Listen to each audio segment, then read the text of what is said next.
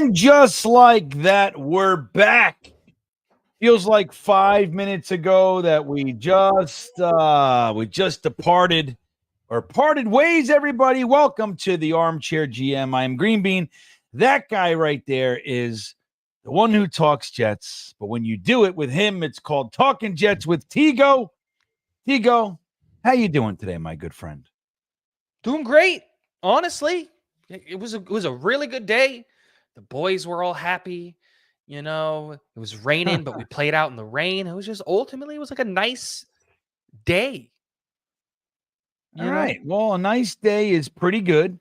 I'll take a nice day. I had an interesting day. People yelled at me and some other things, but we don't got to get into that. So we're going to talk some Jets. As you guys know, we talk Jets as best we can from the perspective of the general manager. Now, it just so happens that today we have comments from the actual general manager of the New York Jets. So we'll get into some of that. I would like to acknowledge before we do, Dakota is here first. Go Jets, go Chiefs. Oh, no. Who are the Chiefs playing? The Ravens? I don't know. Maybe they're playing an AFC East team. There you go. But I also want to acknowledge the sponsor of the show, MyBookie. We'll get into a little bit more about them in a few minutes, a little bit later in the show. But I want to thank you for the great sponsorship that MyBookie provides, Armchair GM. And we'll get into it. So Dakota is first. Tony Alexio comes in. They played right after him. Unleash GreenBean Mania and Tigo time. Tony, one of the best. Love Tony. So we'll get Mitt Flair's here. Todd and Sean and TL are here. So welcome to the show, everybody. As we said, we have comments today from Jets general manager Joe Douglas. Now, the truth is, Tigo, we don't know if Joe Douglas is going to be the general manager for too much longer. Now, I'm going to tell you guys about a few comments that Joe Douglas provided us today, which are interesting. So he was asked about his job security, Tigo. And this is what he said. Joe Douglas says, I come in here every day. I just want to do whatever I can to help this team reach its goals and to get to its destination. And whatever happens, happens. That doesn't sound confident. It's not necessarily the end of the world, but it doesn't sound, hey, I'm the GM, I'm here, or any of that shit. It's just like, hey, dude, I'm wrapping it up. Whatever happens, happens. I don't really give a shit anymore. I'm exhausted. This place is killing me. That's what it feels like to me.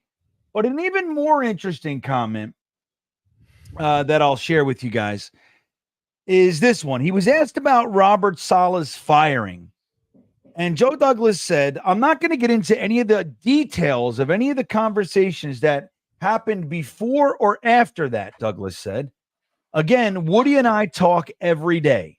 At the end of the day, I think Colin Powell said it in a different arena. I serve at the pleasure of the owner. Mm-hmm. My single goal is to help this team get to the goal of a championship. So, Tigo, I'm going to turn it over to you. I want to get your thoughts on this one before we get rolling with anything else. I serve at the pleasure. Now, granted, he's using somebody else's comment, so there's that. But it's an interesting choice of comments. What are your thoughts on the two comments that I read? And tell me what you think it means. I think it is a man who is doing the best that he can to put, because we don't get to talk to the GM all that often. Right. Like that's one of the things on a completely different tangent that I think that should be changed. I think that we should talk to the GM every week. We talk to the head coach every day. I think we should talk to the GM every week in terms of like the media. It's a different thing because ultimately they're the one who build the team. And I think it's not necessarily about the comments. It's the timing of the comments. Because if he would have said this, week 2, when there are no moves being made about anything, we don't think about it at all. Because nothing that he said is objectively wrong. He does serve at the whim of the owner. And his ultimate goal is to win a championship. It's the timing of when it's being said. And I think the biggest thing is the how it's being said. Because those two things are really painting the picture that I think he knows he's going to be out of a job this summer.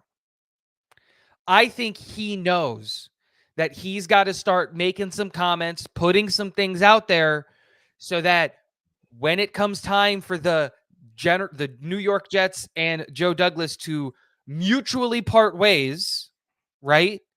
We're not going to pursue the renewing of the contract of Joe Douglas. Thank you so much for the last 6 years. And we eventually get that X post that he can then around and go right into a job somewhere else. Because I do think that he will be a highly sought after front office person for an AGM spot. Especially, I think he's going to end up with one of the Philadelphia Eagles. I think he can go back there because I think their assistant GM is going to get poached.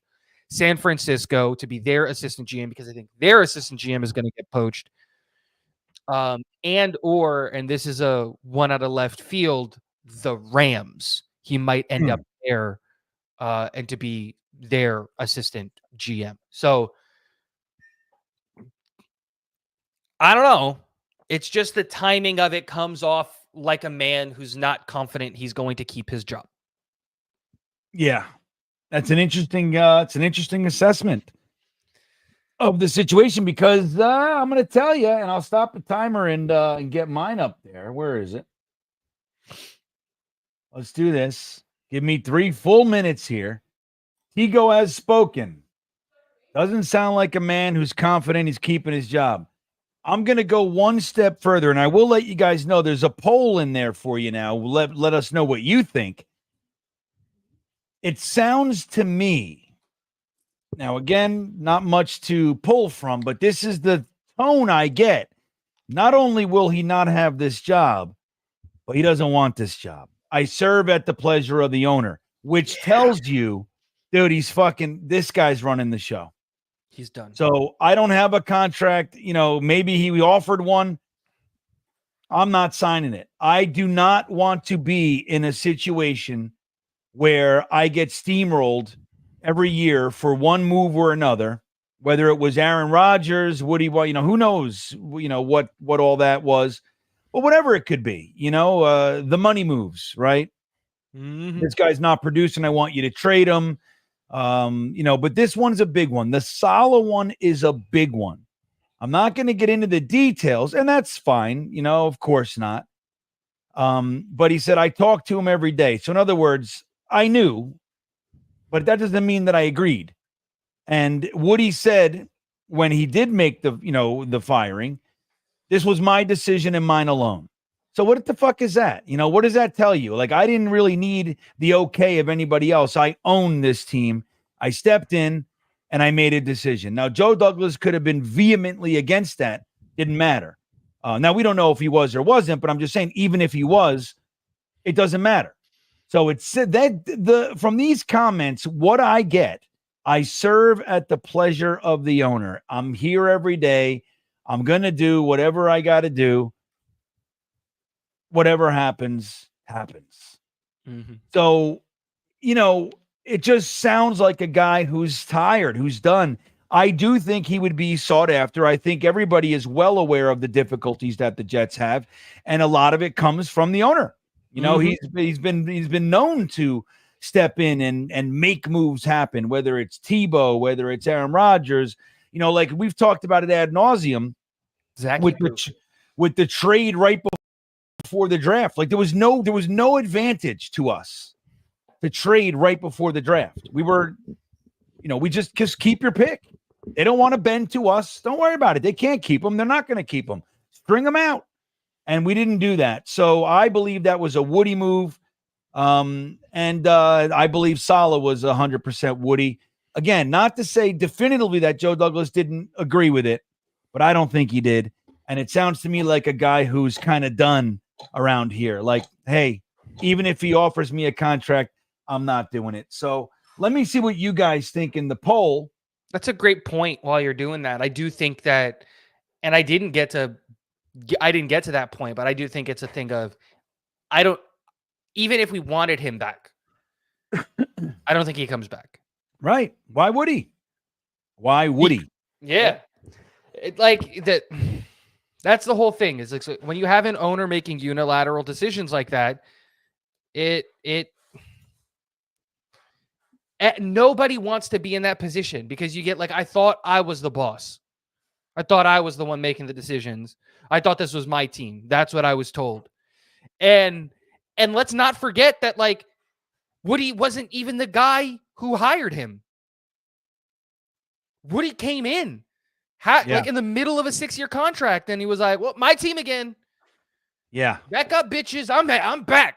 And it's just like, well, yeah, this isn't what I signed up for. Yeah. I'm the general manager of the team. I run the football operations. And I don't think he does 100%. Woody needs to sit the fuck down, in my opinion, and he won't. Totally. So the poll question was, do you think JD is a goner no matter what happens? 78% of you said yes. Only 21% of you said no. Now, like, look, if we get to the Super Bowl, but like, again, even if we win, like, I think Joe Douglas, I think he's just tired of it. Like and look, not for nothing, the media, the fans were brutal, but it's funny too, because Tigo, you look at something. We won one game after a 5-game losing streak, and there's literally talk about going on the run, and and look, that's what I choose to believe. I've made no bones about. I haven't hid my optimism, so to speak. It's been hard for sure, but like there's back. people talk. But right, that's it. One game, and it just shows like the reason we're miserable, the reason we're a crazy, insulting, difficult fan base is because we never get winners. It's very simple. Just win games. 1 game out of 5 out of the last 6. And we're happy as a clam, So it doesn't take much for us to be completely supportive. And the truth is that the team has sucked for far too long, decades. Really since 2010 with the 2015 reprieve, which netted us nothing. Not even a playoff appearance. So it's like, it's very clear, this can be a tough job. This can be difficult, especially when you're not putting the pieces together in the right way and it's not working. We had the quarterback excuse that was viable. I still think it holds merit. At the same time, we're still looking at an O-line that's it's every year, no matter what. And whatever you're doing, you've put more resources into the offensive line than any GM in history for the Jets. And for whatever reason, we have a different offensive line every 6 weeks for the last 5 years. It's just, again, stop depending on it on 35 plus guys. Stop counting on guys who are injured. Those kinds of things to get well and have this is the Jets. We don't have the good luck side of things. We're a worst case scenario. You have to plan for worst case here. That's the way to succeed here. And no GM that we've ever had seems to understand that. You need to plan for worst case scenario. If best case happens, scoodly doodly, but it almost never does. So you plan. It's like, and we'll get into our next subject. I know, right? Well, real quick, he's alive. At least we know that, and that's nice to see. He's alive. JD has seen Chris Johnson work. He's gone. Right? Yeah, I know. Well, we don't know what's gonna happen with that. But yeah, JD's just whatever. I'm fucking screw this place, man. But let's see. Well, I'll get one more comment up. Hennessy says, "What's up, Hennessy?" He says, "Can't wait till JD helps build a Super Bowl team somewhere else. 5 years from now, people will say, how could the Jets not keep him? Like they did with Geno and Sam and all the other people that it happens with. Yeah, how could they not keep this guy? It's, and look, there's something to be said for the fact that, like, just look at the quarterbacks. Geno took a long time, so I don't have any real bones. Sam also took a few years, but it's like, you look, Flacco looked like an old decrepit man here, and that was 3 years ago. You know what I mean? Mm-hmm. He played for Cleveland. He's playing for the Colts. He looks great. He looks fine. He's like, and there's a lot to be said for maybe it is us. We don't develop young quarterbacks and we make old guys look old. Maybe it's us. So I don't know. But that'll get us into the next, I'll get Jetted Out's comment here. Thank you, Jetted Out.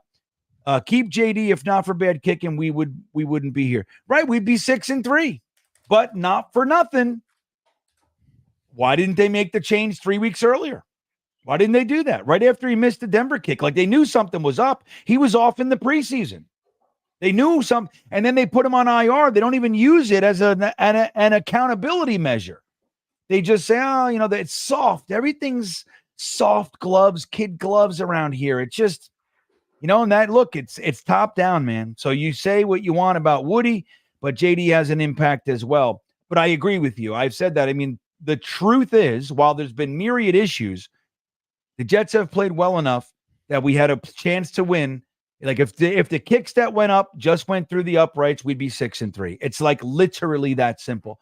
But our next subject, I did really quickly want to talk about it because you posted the comment by Hennessy Heisman saying like we're going to see in 5 years he's going to build a Super Bowl roster and everyone's going to be like he already did that. Like that's the point. We've seen him do it. He has a Super Bowl ring. He was the vice president of player personnel in Philadelphia when they won the Super Bowl in 2018.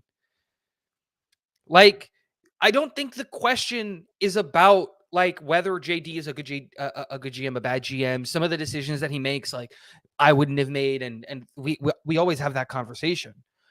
But like, I think one of the easier things to say about Joe Douglas is that he is going to leave the Jets.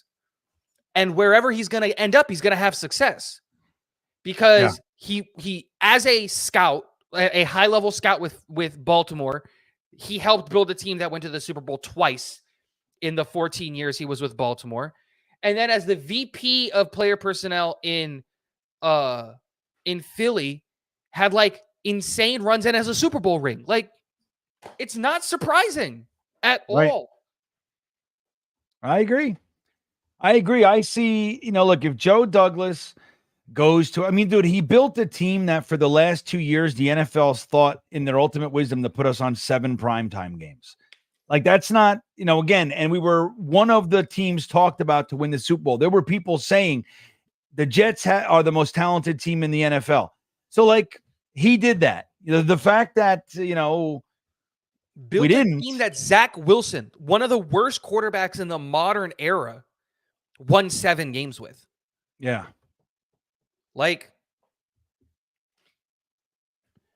But this is it. They always take too long, Tigo. They always take too long. But again, once again, we let somebody cut their teeth here and they go on somewhere else. And we don't know the future, of course, but I tend to agree. I think Joe Douglas is one of those guys. He clearly knows what he's doing. He's not like McCagnon. You didn't know what the hell he was doing, like 99% of the time. And I tried to figure it out. So the next subject, though, so that leads us into this. We were talking about the planning for worst case scenarios. So we bring on Davante Adams, and just a couple weeks later, we trade Mike Williams. Now, I'm of the school of thought. I'll go first with this one, Tigo.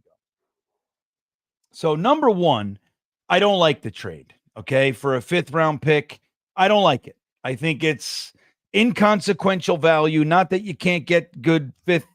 I love 5ths. Don't get me wrong, but inconsequential in the grand scheme of things for the immediate future. In most likely, I really think once again that we have seen the bottom fall out with injuries all over this team. We're seeing it with the offensive line. We're seeing it in the defensive backfield right now. You finally have a receiving core of Garrett Wilson, Davante Adams, and Mike Williams backed up by Xavier Gibson, Malachi Corley, Jason Brownlee, Irv Charles, those kinds of guys. That is quite literally the best situation we've had here since Brandon Marshall and Eric Decker, right? There's no argument. Nope. Now, granted, him and Mike Williams and Aaron Rodgers weren't necessarily on the same page, and you can make all these arguments, blah, blah, blah. But again, what happens when, I'm knocking on my 3 woods. What happens when one of these guys goes down? Now we're looking at Garrett Wilson, Xavier Gibson, and Jason fucking Brownlee out there. That's what we're looking at. Or if you wanted Malachi Corley, who I'm still high on, I think we're being really unfairly harsh on him. He wasn't a punk. He didn't make he was excited. You see the smiles, like he ran across. He was so happy. He made a mistake. Now it sucks, and I'm not taking it away, but you don't pound him. He'll never do that again. I'm telling you right now, he will never do that. He's going to carry that ball home. You know what I mean? He's going to bring it to mama. Trust me. So I'm high on Malachi Corley, so that's all well and good. And Ulbrich said today that, that this is going to get reps for Malachi Corley. Great. But again, one injury to Devontae Adams or Garrett Wilson, and we are looking at a second-rate wide receiver core with one guy that's just easy to for the defense to focus on and bracket them and double them and, all that. It's like, here we are again. Like, so we had a few minutes of really elite wide receiver core, which we never get. Why did we need the 5th round pick so bad? So I'm in complete disagreement with this trade. I don't like it. And I know we always, we do this thing, and I've applauded it in the past, but I disagree with it now. Hey, he's a good guy, get him a fresh start somewhere, blah, blah, blah. Like, it's about us. Like, when do we get to keep something? And, we never do. And once again, Joe Douglas signs a named free agent wide receiver, and midseason they're traded away. And that pisses me off, Tigo. I can't wait to hear your thoughts on this one. The Mike Williams trade. What do you got, buddy? No, I totally agree. I think going to the thing of, like, I agree with you. I think Malachi Corley is never going to make that mistake again. And I think you were right. He was excited. This is the second time he's touched the ball in his NFL career that hasn't gone off to a way that it started off like that he might have thought of, right? And he's running into the end zone in a big game for the New York Jets. And like I get it. He's never going to do that. He's going to take that ball home with him. If he ever touches the ball, you're going to have refs rip it out of his hand and like blow the whistle in his face. I totally agree. What I do disagree with is I think that the value we got for Mike Williams is actually really good. I think if you look at the trade in a vacuum, Mike Williams at this point in his career clearly lost the step, not the same player that he was before the injury. At this point, for a 5th round pick, that's great value. But like you, I don't fundamentally understand why you have to make this move. I saw it online with some of the ex-players that are pundits now that we all follow, talking about, like, why are you messing with the man's livelihood? Dude, he signed a contract to play on this team, regardless of the outcome. Like, why is it that the team has to do right by the player? If he was good enough to get reps, he would get reps. Allen Lazard isn't a superstar. There are 3 wide receivers on the field 70% of the time.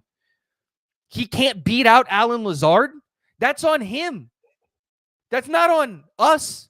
Right. That's on him as a player. So this idea of trading at a position that everybody and their mother knew was a position of need, and even after we went and we got him and we did all those things, those of us that were intelligent and still could see the problems, like you and I, were still saying one of the biggest areas of need for this team was wide receiver, because you are one sprained ankle away from having 4 undrafted free agents in your wide receiver room. And that is the issue.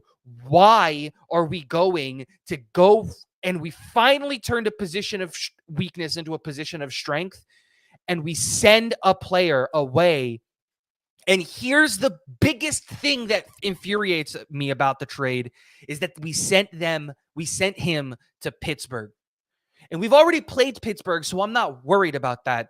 But we are in a position where we're going to be fighting for a wild card spot, and so are the Pittsburgh Steelers. Why are we going to help a team who is going for the same spot in the playoffs as we are for a 5th round pick? Right. That's the thing where it's just like, it boggles my mind. I wouldn't have made that trade. I would have let him stay on the team, write out his contract, and you know what? Go off somewhere else next year because we don't need you next year. It's the timing of it. It's just, it doesn't make sense. There you go. We're kind of in agreement. We disagree. I mean, look, I don't say, look, making a free agent signing and then turning it into a 5th round pick is not terrible. But again, the season is more valuable than the 5th. That's all I'm not I agree. No. Yeah, I agree with that. The value is good. I don't like that we took the value. Yeah. So Hennessy checking in. Corley on any other team would have multiple touchdowns. I could not agree more. I think that once again, like we were talking about, this particular organization, this regime, if you will, they're very, very slow operating. And like whether it's making a move to pull somebody or making a move to put somebody in or making a move, whatever it might be, they're slow and they're methodical, which is positive in some areas. But sometimes you got to just make the move. Sometimes you got to just jump in the pool. And I think Malachi Corley is one of those times, one of those situations where you got to do that. So I agree with you, Hennessy. TL saying smooth is fast, but we're too focused on the slow part. Yeah, right. We're waiting for it to get too smooth before we start picking up steam. And we've seen this multiple times, not just with that. We've seen it with Jeremy Ruckert and Kenny Yeboah at the tight end position, where it takes forever to them getting into the team. We've seen it in the wide receiver room with what was the wide receiver that became a tight end that went to the Giants or whatever? Yeah, Lawrence Cager. Yeah, we're playing Lawrence Cager and targeting him in the red zone or whatever in the 4th quarter instead of the guy that we took in the 1st round with Garrett Wilson or Breece Hall, who was clearly the best running back on the football. Like, it wasn't even close having to play behind Michael Carter because you got to earn the number 1 spot. I know, it's silly. It's silly. Or even Jermaine Johnson in his rookie year, he was clearly the second best edge in his rookie year behind JFM. And nope, he's not going to get any reps because he's got to play behind freaking Carl Lawson, who wasn't doing anything. Like, it's just Will McDonald. And we can keep having this Jamie and Sherwood. We can keep having this conversation of like, we've got these studs that we're doing just such a slow job of integrating constantly. Yeah, we're very, very slow to the punch. I'm going to end this poll too. Let's see what you guys said about the Mike Williams trade. See what the chat thinks. Was the Mike Williams trade the right move? 73% said no, so they agree with us, Tigo. 26% said yes, it was the right move. Now, look, I know Alan Lazard will be coming back in a week or two, and that's all well and good. And then you got the bye after the Colts game. So, and he, look, having Aaron Rodgers play with Lazard, Devontae Adams, and Garrett Wilson, 3 guys that he has, developed a rapport with, comfort level with. Him and Garrett are buzzing right now. And the history with the other guys. I mean, I get it. And then you got Corley and everybody behind it. But again, I just think for a team like the Jets, it doesn't make sense unless we're not serious about going on this run.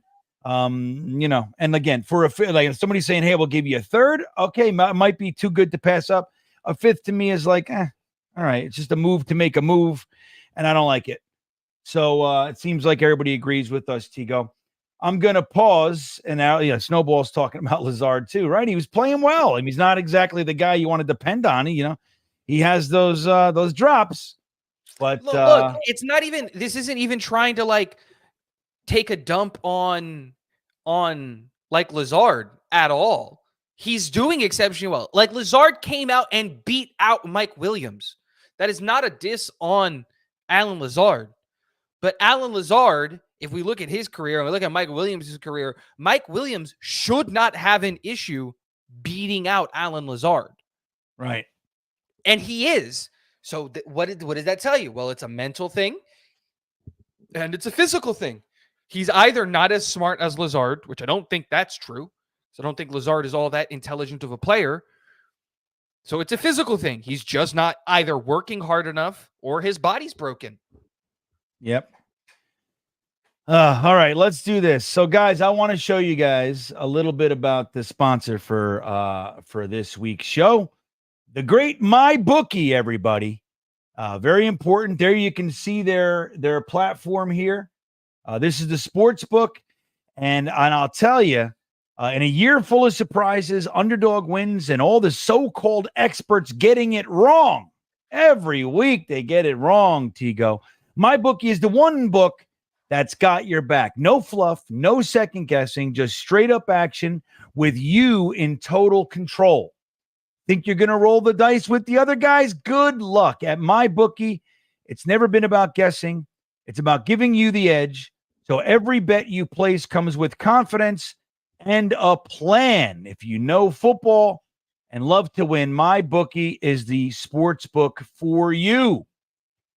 So listen to this. And if you're new to the game and not sure where to start, we've got you covered. Step up, use promo code TalkinJets, and that'll double your bankroll with a 100% deposit bonus, doubling whatever it is. It's $100, it's $1,000. You're going to get it doubled right from the jump. That's more money, more power, more winning plays. If you've been betting with us already, we've got something to share with you too with MyBookie Plus. The new loyalty rewards program, you can now earn extra cash just for doing what you do. More plays, more wins, more cash in your account, no strings attached. Here's the pro tip, and this is what separates MyBookie, in my opinion. It's the pro tips. NFL teams with powerhouse offensive lines are dominating the run game this year, and betting game total unders has been printing money. This is a shift from the high-flying attacks we used to see. It's shifting back to the running game, everybody. Stack that with MyBookie's risk-free Thursdays, and you've got endless ways to bet and win all season long. So why wait? Bet anything, anytime, from anywhere with MyBookie, the sports book that gives you control and rewards you for every moment of play. Tigo, all they got to use is the promo code TalkinJets on mybookie.com, mybookie.ag, actually. And you're going to get double. Your bankroll is doubled just like that. And we thank MyBookie for sponsoring ArmChair GM tonight. What a great thing to have good partnerships with good companies that provide value, everybody. So let me ask you this, shifting gears a little bit from the trade that we made to the trades that we didn't, Tigo. Now, there's a lot of people out there wondering, why the hell didn't the Jets make a trade or even a signing when a lot of guys were cut recently? Why didn't we make a signing or a trade for a defensive tackle? We know former Jet Quentin Jefferson was released by the Browns. Probably could have thrown him a seventh and gotten him over here. I mean, they got nothing, so why not a seventh? What do you think about that? Were there moves that you wanted to see happen? Are you fine? You think we did great? Tell me about the non-moves, Tigo.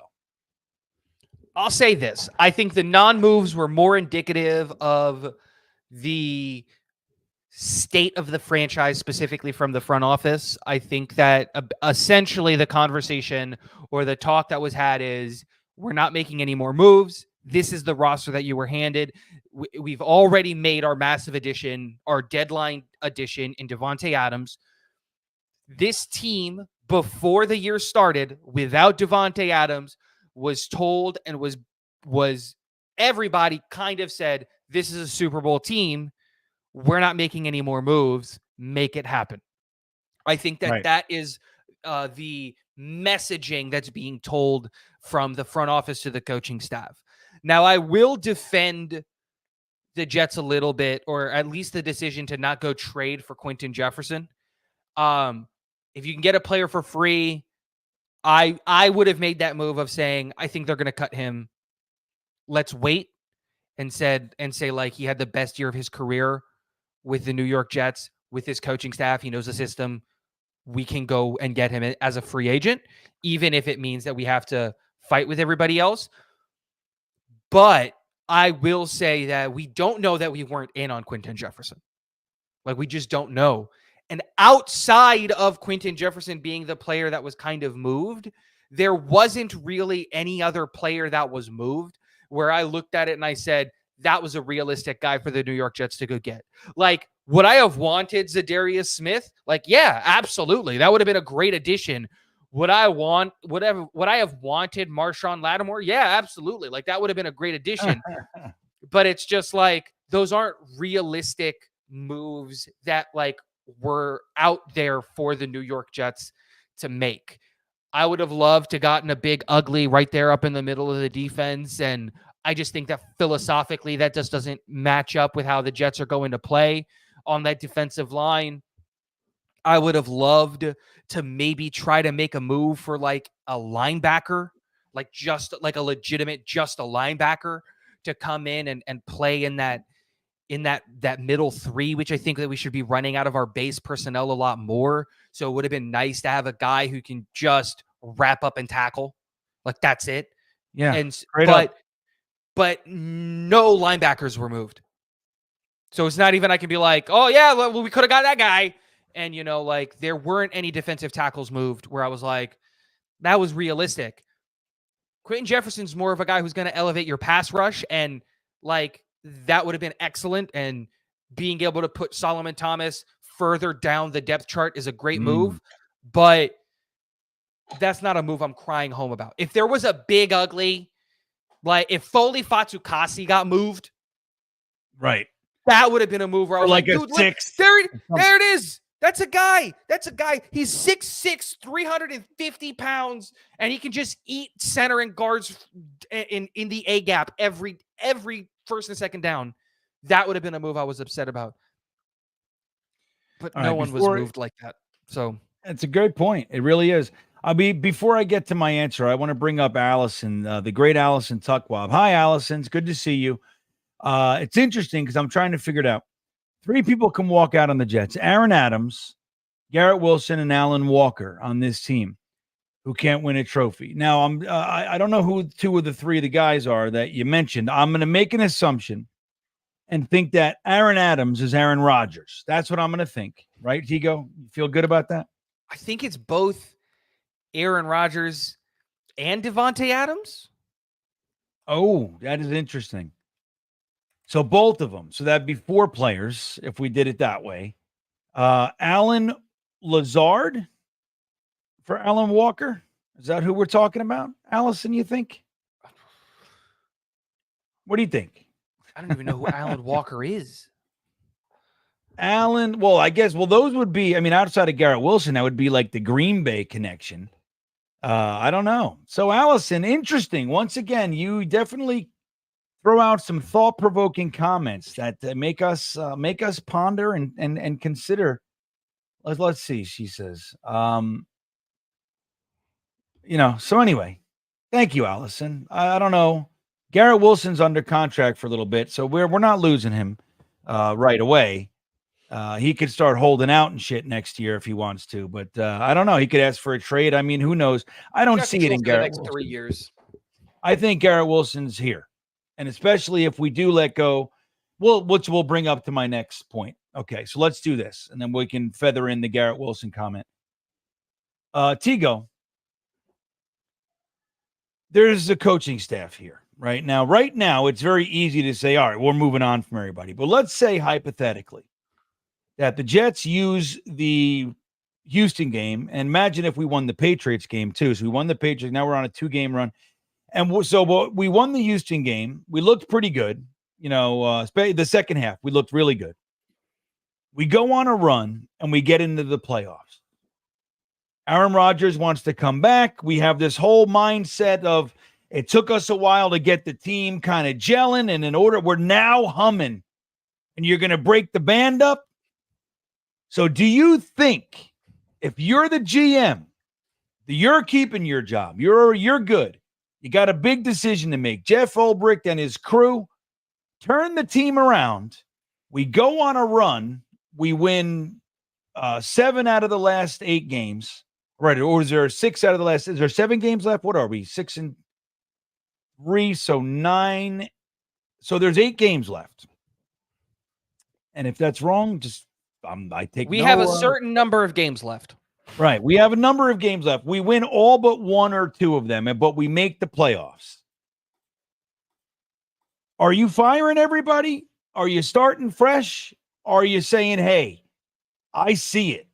This needs 1 more year. Aaron Rodgers is here. Devontae Adams is here. Garrett Wilson's here. Breece Hall's here. Quinnen Williams is here. Quincy Williams is here. Sauce is here. I re-signed Sherwood. I'm bringing them back, seeing if we can build on what we got here. Or are you saying, look, that was great and all. That was nice. Congratulations. I really applaud what you did. But this ain't going to work. We're not beating the Chiefs. From your perspective as the GM, what are you doing, even if we make the playoffs? I think it depends on when we go out in the playoffs. If we just make the playoffs and we're just done and get embarrassed in the wild card game, everyone's gone. I clear house. And then I have to have a serious conversation with Woody, Chris, a president of football operations. We have no idea who's going to be running this team in the summer. I have to have a serious conversation about what's the next step. Because is it like just find a temporary coach until we can come out of the darkness in, let's say, 2027? And then we just find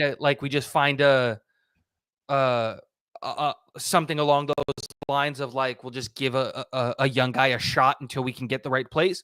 Or are we serious about this? Can we bust out the checkbook and go after the big names?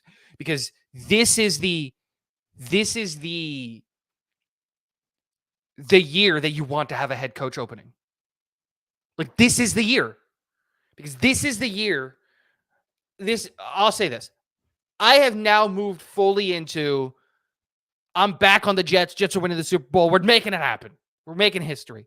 But if not, and we go back to reality, I think the Lions are in the best position right now as a football team. Like, I think that they are playing an exceptional brand of football. And I think that this Zadarius Smith trade really, really helps them out there. But this is the year that Johnson comes out. And if you can bust out the checkbook, if you can give an 8-year contract and make him one of the highest paid head coaches, he'll stick through the dark years in the beginning, which is going to be it'll be one great year with Aaron Rodgers and Devontae Adams and everyone's coming back and we're running it all back, in 2025. And then you have to go through 2026 and you have to figure that out with the cap hell that we're going to be in 2026. And then, like I said, everything resets again in 2027. So I think you have to clear. I think you have to clean house, bring in a new staff. The question is just how aggressive are you going to be? Because to bring in the best candidates to what is going to be a situation where the first 3 years are going to be aging last year of a quarterback that you didn't have a decision in making, a year of cap hell where you're going to have to go out there with what's his name, Jordan Travis, and that's going to be abysmal, to dealing with the media for that. And then you're going to have a top 5 pick in 2027, and then your clock starts. That, like, your clock is going to start in 2027, and you get one really dope year with like a really well-built offensive line and Aaron Rodgers and Devontae Adams and all that stuff. But who's going to sign up for that? Nobody. Got to break the bank open to bring in a guy who's legitimately going to put us in a position to win short term and long term. And I don't know who wants to come to the Jets in that situation. Nobody. You cannot so here we go. So you cannot hamstring anybody with anything, right? And attract them to a team that has been abysmal. No matter what we do, we get the second overall pick, quarterback, and do all that sort of stuff. We get all these, Garrett Wilson and Jermaine Johnson and Breece Hall and AVT, and it collapses and crumbles. And then you go and get Aaron Rodgers, and he can't do anything to change anything. We get him Devontae Adams, and yeah, great, they win a game, But it's like nobody's going to come here. Now, if you say it's 1 year, Okay, 1 year, we're going to let you get a quarterback. We have Jordan Travis in the house, but we'll let you, you know what I mean? We're going to work all that out. We want you to weather this. We want you to coach the shit out of this team. You might even get a championship out of it because we believe coaching was a big issue. But again, like you said, it's going to be, and here's $10 million a year, even though you're unproven. Here's my problem with that. The Jets are known for, and we've talked about this ad nauseum, the Jets are known for hiring rookie at everything. We hire rookie GMs, and then we fucking hate when they're learning on the job. We hire rookie head coaches, and we can't understand why they're not exceptional seasoned head coaches.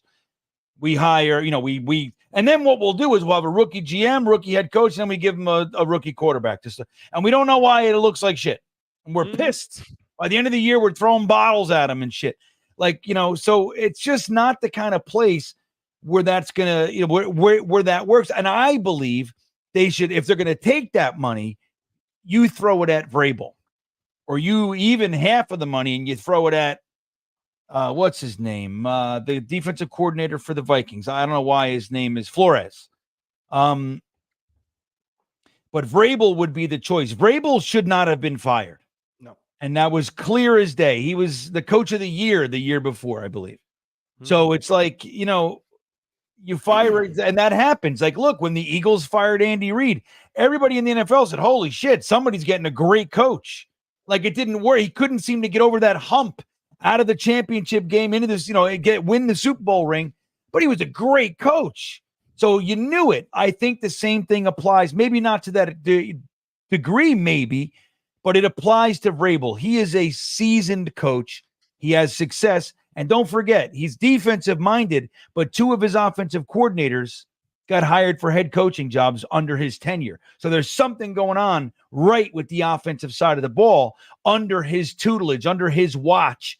So I think you take the money, you forego Ben Johnson, and you just get the guy that has been a head coach before, as opposed to one of these situations where you have a guy, he's great at his side of the ball. He wants to be the head coach and offensive coordinator. I'm done. I'm done with it. I want a head coach and somebody who knows what they're doing. It's not somebody that I got to watch for 4 years, learn and figure it out. And right when they're going to figure it out, you're not too little, too late. Get out of here. And we push the reset button again. But it's going to be tough, especially if Aaron Rodgers comes back, for anybody to come here. So we kind of agree, I think, a little bit, but I just look, if we go and get Ben Johnson, I'm not going to be unhappy about it. I think, if we're going to hire a coordinator, I'd love a coordinator that's successful for more than one season or something like that. We do that. We like to get a guy. I'm not, I don't want to go out and get Bobby Slowick. A lot of people are throwing his name out there, and just like, no, that's not the right move. I think Ben has. I love Vrabel. I think Vrabel was, like you said, and I don't think he should have been fired. I just can't bring another defensive guy in. That's just my thing. At this point in time, I think it is easier to find a defensive coordinator that can run an efficient defense, a high-level defense, than it is to find an offensive mind that's going to run an efficient offense. They're very, very few and far in between, and I think that you just gotta follow that trend of. And here's where, like, I'm cool with it, is because of the fact that the first year is just going to be the Aaron Rodgers show, and then he's going to have a year of figuring out how to be a head coach with a Jordan Travis as we reset to try to get a top 5 pick to go out and get an actual quarterback that would have been his decision. And it's not just Ben Johnson. Ben Johnson is obviously just going to be the biggest name this offseason because he's going to be the hottest name this offseason. I just can't do another defensive coach. At this point, technically, we're in 2 back-to-back defensive coaches. But if you take Gase out, which is garbage, it goes deeper than that. I mean, we've been defense for a long time. But again, none of those guys, when you bring on Rex Ryan or Eric Mangini. He's never been a head coach before. So he's defensive minded, right? But he's never been a head coach. You bring on Rex Ryan, he's basically turning the offense over he doesn't even fucking want to look at it because he's so enamored with his defense and all that shit. And then you go to Todd Bowles, same thing. Todd Bowles had 3 offensive coordinators in 4 years here. Like, don't forget that. Rex Ryan had 3 offensive coordinators in 6 years here. So it's a pattern with the Jets. What you need, it's not so much where they come from. Harbaugh famously is a special teams guy. It's who's going to be the best head coach. That's what you want. You want somebody who understands the value of offense and in today's NFL, and they have to have a good defense. But no more head coach coordinator thing like what Ulbricht is doing right now. He's the head coach for the first time ever, mid-season. Here you go. Here's 10 minutes to prepare for this position. And, oh, yeah, you keep your other job. Like, it makes no sense. Look at all of the best coaches right now in the NFL, all of them. I think except for one, which is Harbaugh, is calling the plays for their side of the ball. I think that if you look at – I think actually there's only 2 because I think it's Dan Campbell and then Harbaugh because Andy Reid is calling the plays on the offense. Shanahan's calling the plays on the offense. McVay is calling the play on the offense. Like, if you look all of whom had experience as head coaches before in the NFL. McVay didn't. Well, Andy Reid, of course. Andy Reid, Harbaugh did. Harbaugh and Andy Reid both had successful. But Harbaugh's not calling the plays, right? But what I'm saying is like if we can even go McConnell in is it McConnell in Minnesota? He was never a head coach before. Comes in, he's the head coach, and he's calling plays. And the Vikings look like one of the hottest teams in the NFL. I'm just saying, like, I get where you're coming from. I just think that the NFL is trending towards a different way. And while I understand the idea of I want a CEO type head coach, and if that's what we're going for, go and get the Iowa guy. We've been talking about bringing him in. Who, Campbell? Yeah. Yeah, he doesn't want to leave. That was my top choice when we hired Saleh. He said straight up, I don't want to leave. I'm not leaving here. Now, granted, that was a few years ago. Again, it's a couple years later. He might be in a different position in his career. I think that would be a really interesting. I think that Vrabel's going to have better offers. You make him the offer he can't refuse. What is this? At my point, if you're going to make an offer that they can't refuse, do that with Ben Johnson, not with Vrabel. See, I disagree. Ben Johnson, we have no idea what he would be as a head coach. It's tough to hire a first-time coordinator and throw the bag at him. A guy like Vrabel, you already know what he's out-coached Belichick straight up, head-to-head, fooled him. Remember that whole thing? Belichick was furious. He used his own tricks against him. Like, this is a guy, he's never had a better quarterback than Tannehill. Quality, not great. But, granted he had Derrick Henry, but it's like, dude, the guy, he's a proven head coach. Motivational, hard-nosed, guys play their asses off for him. The whole run through a brick wall, that shit's real with him. It's not lip service. Accountability is real with Vrabel. I'm not anti-Ben Johnson, but I don't know how many times we're going to try to do this rookie head coach in New York thing. It takes longer than we have patience for, and it's frustrating to see. Allison Tuckwab clarifying, yes, A-Rod and Devontae Adams. So that was both. Okay, cool. Especially Adams. All right, well, that makes sense. Allison, I also see your comments about the shirt. I'll talk to Ryan and see what's going on with that. See if it was sent out already, because, Ryan's good like that. I mean, not to say he doesn't miss things from time to time, but he's good. Ryan's on top of stuff. So I apologize that your shirt didn't arrive yet. I will get on it with Ryan, and we'll get it out to you, or we'll be able to tell you next time we see you what's going on. So in the comment before, yes, I did mean throwing plastic bottles, Roger. Of course. There's a few comments about Rex Ryan. We got to let go of Rex Ryan. James and Tony, Yeah, let's just remember what now the idea that Rex Ryan could come into a team that's already built and get them over the hump. There's an argument there because that's exactly what he did with Mangini's team. Mangini's team was built. We were ready to go. Guy. Yeah, we were ready to go. So he can do that. At the same time, Rex had 2 years of success and 6 straight years of non-success.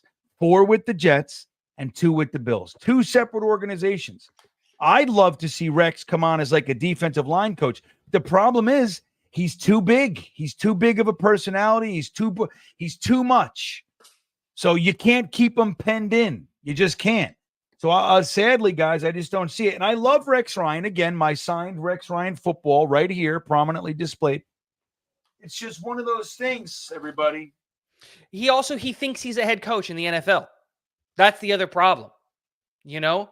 Like, and it's just like, he wouldn't take a job as a defensive coordinator, and he wouldn't take a job as a defensive line coach because he thinks in his mind, no, I am an NFL head coach. I went to back-to-back AFC championship games, and because I would do the same thing. I would be like, Rex, come in. Do you want to be a D-line coach? Do you want to be a senior defensive consultant? Like that, I would even do that. But he doesn't want that. Well, Bean, I think it's have time a for look Mangold at to the be our crowd assembled behind me. Who's around? Who's behind me?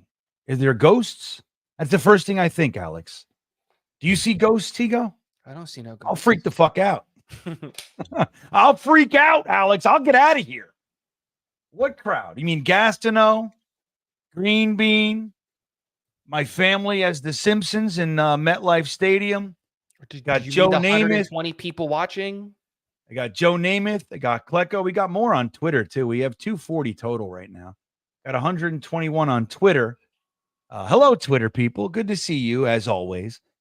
So we got Namath, Klecko, GreenBean, Simpsons, Gastineau, Crabette, but you can't see Wayne Crabette. Who else? A bunch of Kiss stuff. I don't know. Talking about the chat. Yeah, is that what you're talking about? The chat? Let me see. Very nice ambiance in your excellent. Oh, you're talking about the chat room. Yeah, dude, come on. The chats. These are the best people in Jets fandom.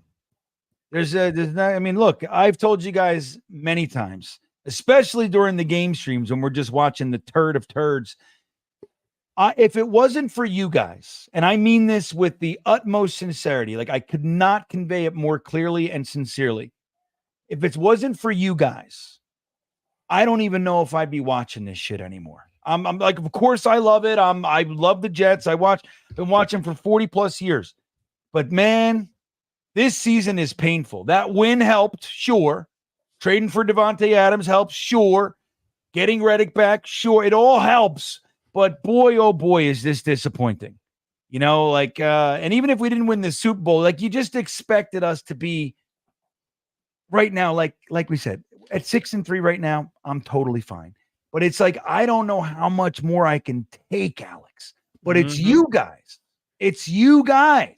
I come in here, even when I'm dejected, within 15 minutes, I'm always like, oh, all right, okay, we're talking with the peeps, And I love you guys. I mean that sincerely.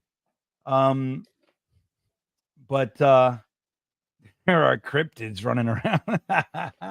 Are you seeing it? Stuff. Are you seeing it?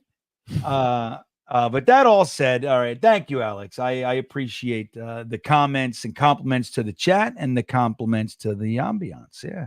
My wife said, bro, your room looks like it's mayhem. I'm like, well, I like it. So Tigo, that's going to be our show tonight, my good friend. We had some good times. Ultimately, guys, we have the Cardinals this week. And that's a bit scary. I'll be honest with you. I really want to put 2 or 3 together here going into the bye. The Cardinals are going to be a task. My hope is this.